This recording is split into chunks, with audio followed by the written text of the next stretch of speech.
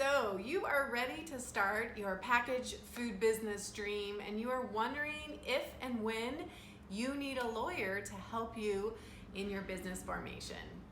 For the best packaged food advice, please subscribe to this channel, Food Business Success, and click on the little bell to get notified every time I release a new video all about starting a profitable packaged food business. So you have decided to start that food business dream and get into the kitchen and start making product to share with your community. But the reality is that that's only one role that you play in a successful food business. The other role is that you need to put on your business hat, your entrepreneurial hat. And frankly, that's not always the funnest part of growing a business. Watch this video to the end to understand why you need legal as part of your business strategy and why a lawyer is going to be important, and how you can maximize your relationship with an attorney, as well as we're going to talk about some of the mistakes that businesses can make that will really land them into a lot of hot water and frankly create a ton of headaches that I want to help you avoid. I'm Sari Kimbell. I am the creator of Food Business Success, and I have helped hundreds of packaged food entrepreneurs avoid starting an expensive hobby and instead start and grow a profitable food business.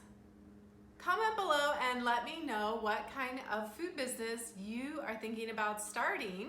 I'd love to hear all of the delicious foods and drinks that you guys are making.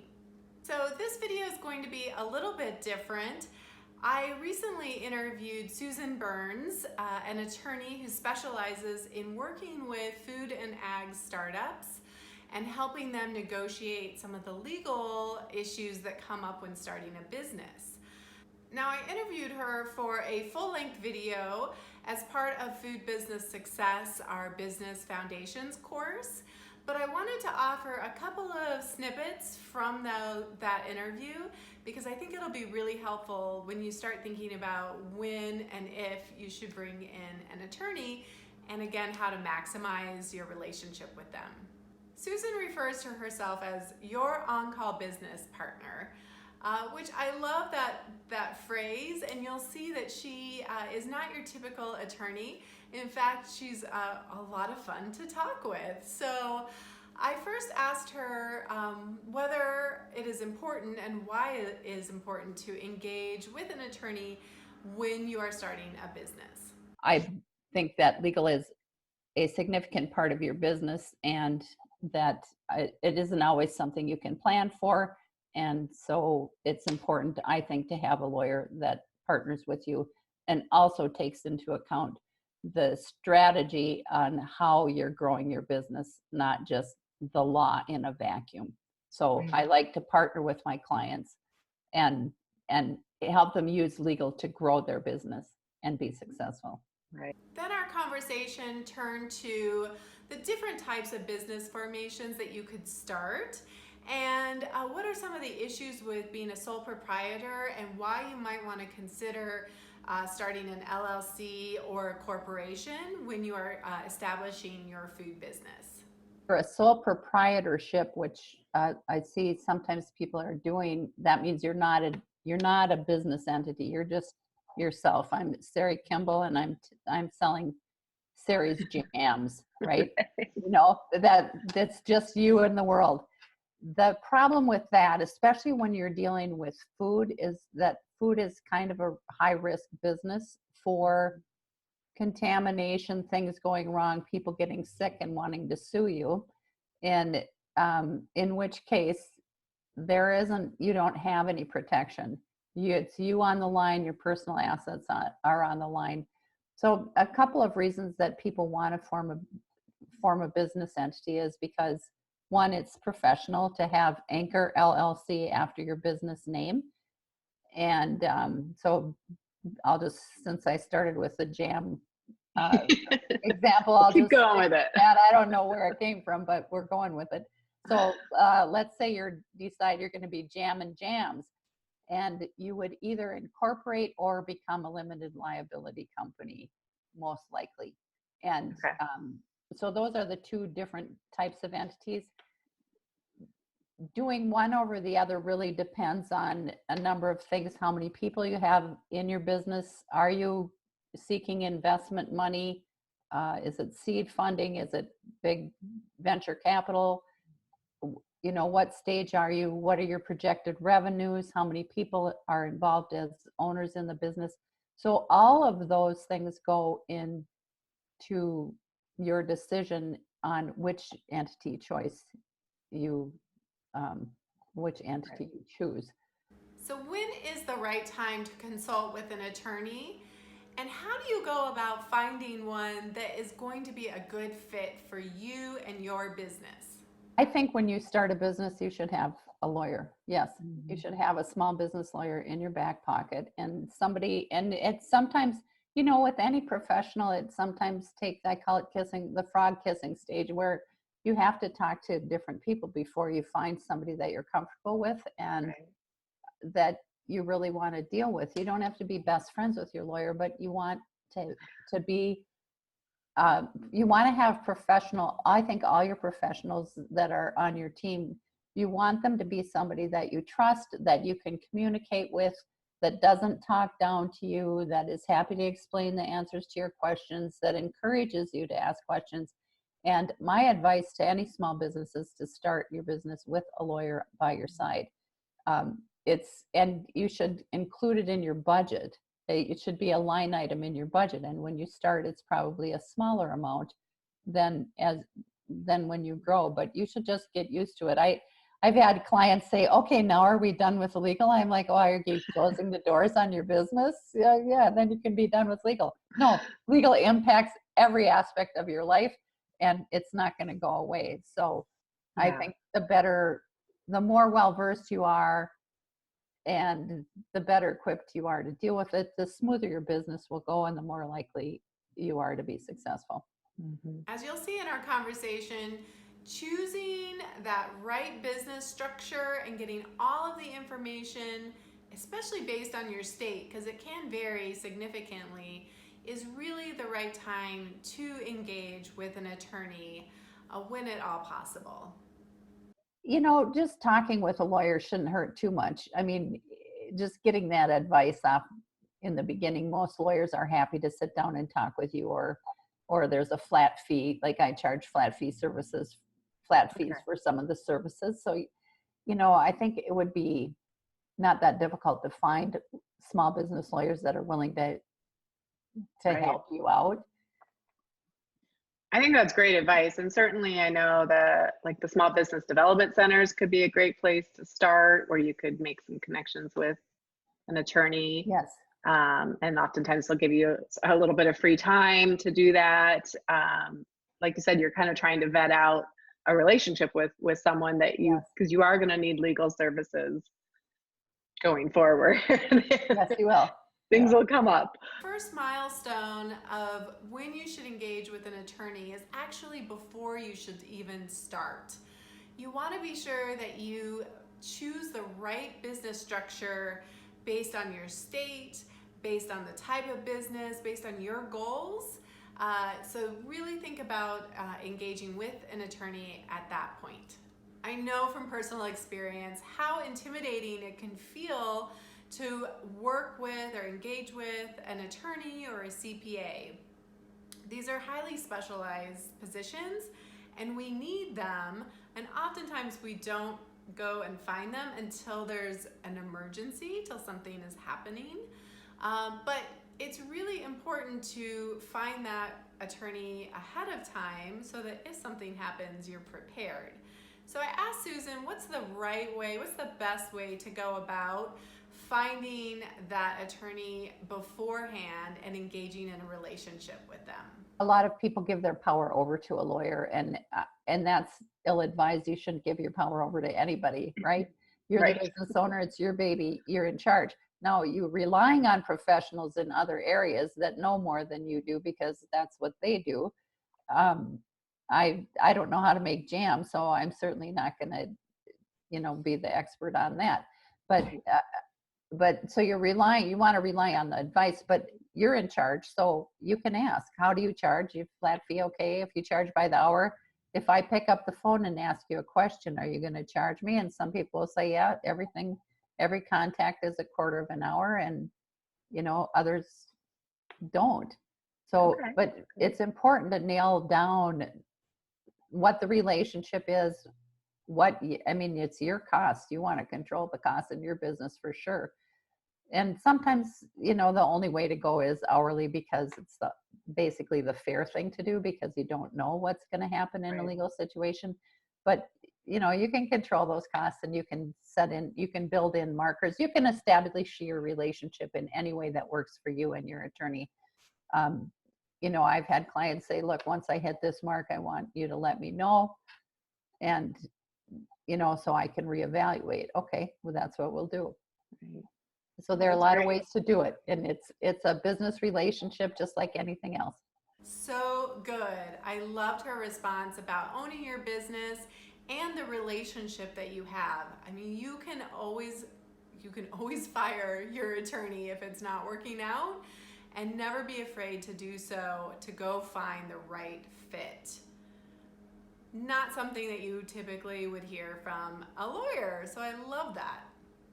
So what is one of the big mistakes that Susan typically sees a lot of businesses make when they're first starting out? Some states, I see some people, they file their LLC, their articles of organization for their LLC, and then they also register their business name.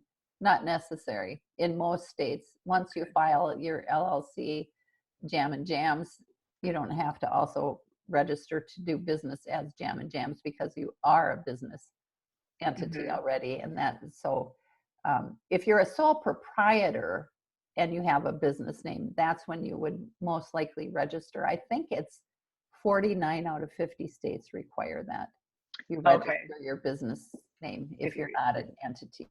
Okay. But the entity covers that business name. So now you're like operating under that. And so I typically tell people, if they get the LLC or the incorporation, then get your EIN number, then go get a bank account. There you go. Basically, okay. That's the right order. Yes. What about when you start a business with a partner?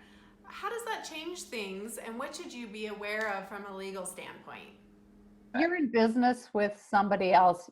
Yes, you definitely must have a lawyer, because one of the things you want to have in the beginning is a buy-sell agreement. When everybody starts their business, everything's like all exciting. Well, you have your ups and downs, but you're in it together, and it's a honeymoon phase, and everybody's happy ever after, chasing the dream and the dollar and the whatever it is, and so it's at that point in time that you want to sit down and have a discussion about, what do we do if one of us wants out of this business? Yeah. And you can want out when it's not doing well, or you can want out when it's doing really well. And so you need to think those things through, and a good attorney will advise you, will guide your discussion through the issues. What do we do if somebody dies? What do we do if somebody else wants to bring in their cousin in the business? What do we do if an investor wants in? How are we going to handle those things? And the time to discuss that, all that stuff, is before your business takes off. We got a lot more into this conversation around partnerships and some of the things to be aware of when you're starting a business, those legal implications. So that full-length interview, as I mentioned, is a part of Food Business Success, the Business Foundations 1. We briefly touched on the difference between a trade name and a trademark, and how you can best set that up and protect yourself. I'll tell you, it's a big topic, and certainly one that we couldn't cover all in this interview. It's really a standalone interview, and something that I definitely cover a lot more in Food Business Success. Trademark is kind of complicated. It can be, but there are different types of trademark laws. There's the common law, and then there's the law that goes along with formally registering your trademark, and then there's registration at the state level, and there's registration at the federal level. So if you start using brand name in an area that nobody else is using it, Jam and Jams, and you're in Madison, Wisconsin, and everybody's all excited about your Jam and Jams, but lo and behold, somebody else launches the same name product and they go national, and you're like, hey, wait, they file that, they register with the federal US PTO, US Patent and Trademark Office. They have the rights to use it. Wait, okay, no, you use this, you have the common law right, you can use it in Madison, Wisconsin. So really, so you have your regional, yeah. your common law right to the name. Okay. If you're growing your business and you have a brand name, you must trademark. It'd just be crazy not to register. And don't do it yourself. Also talked a lot more about labels and making sure that your labels are correct and valid for the FDA. And I do have a great video on this channel all about labeling and packaging and some of the things to watch out for to make sure that you are in compliance with the FDA. So what's Susan's final advice? You know, really the biggest thing is to think they can do it themselves and to not consult with an attorney, because people don't, I puzzle about this. I've been doing this for a long time, and I don't understand why people don't know that there are legal issues involved, but they don't. By and large, people don't understand that that's a legal issue, and even they'll be talking to me and then they'll say, and so how would I do that? And I'm like, well, you wouldn't. That's my job. You know, that's what I do. Oh, really? Yeah. So I don't know if it's just there's a disconnect and people think that lawyers are for big businesses, and if you're little, it doesn't matter, or what. But legal really is involved in all aspects of your business. You're choosing your name, whether or not you trademark, your website. That's even in choosing a name. One of the things I developed after watching small business owners come in with painful stories because they didn't know that there were legal issues involved in various aspects of their business. I developed a small business legal school, and I have 10 lessons, and they're $49 each. And one of them is on business name, and the way to, it just talks about all the things you should go through, all the steps to make sure your name is clear. And then from there, you can, go get into trademarks and decide if you want to register or what you want to register. But I walk people through how to make all the searches so that you can decide, maybe somebody else does have the name, but it's not confusingly similar to yours. It's a whole different product. Nonetheless, you have to make a clear-headed business decision about whether you still want to go with that name or not. Okay. It costs way more than would to pay a lawyer to take time away from your business, to have to deal with it. You're not doing sales, you're not managing, you're not doing anything except dealing with a legal problem that's kind of big usually, and it costs you money and product that you can't sell. It costs money if you have to pay fines and all those kinds of things. And it's just it's risky, and it takes you off that path to success. And right. And I really love small businesses. I love small business owners. I love the entrepreneurial spirit. And I think, part of my mission is to level the playing field and to make sure that people understand that legal does impact their business, and to give access to information, I think, is the biggest thing. Yeah. Want to hear more from Susan? She has an awesome weekly podcast called What's for Lunch. It's on her website at susanburnsllc.com/what's for lunch. And her mission with that podcast is to talk about food and ag issues that no one else is talking about. So I highly recommend you check it out. She is also very active on social media, so go follow her on all of her platforms. On Twitter, it's Susan Burns Legal, Legally Savvy, and What's for Lunch. On Instagram, I only have one account, and that's the agriculture one, Hooray Agriculture. Nice. A combination of hooray and agriculture. I really want to thank Susan for her time on this interview. It was really engaging, And I know I learned some more things about why it's so important to have an attorney as part of your team as you're starting this food business venture. And just remember that you can get this full-length interview inside Food Business Success, the Business Foundations 1. It'll also be available through my monthly coaching program that I'll tell you a little bit more about. So what other questions do you have about starting a food business? I love making these videos, and my goal is to do one a week. So please type into the comments what types of topics that you would like to hear more about. And please subscribe to this channel, like this video, comment below. So are you ready to start that food business? I encourage you to pick up my free business checklist below just by clicking on the link, and it'll get delivered right to your email inbox. Also, if you want to join a community of like-minded food business entrepreneurs, I encourage you to join my monthly coaching membership program at Food Business Success. You get 2 live Q&A calls with me, an expert in the food business industry, as well as awesome resources that will help you on your journey to becoming a successful and profitable food business. All right, that wraps it up for this week.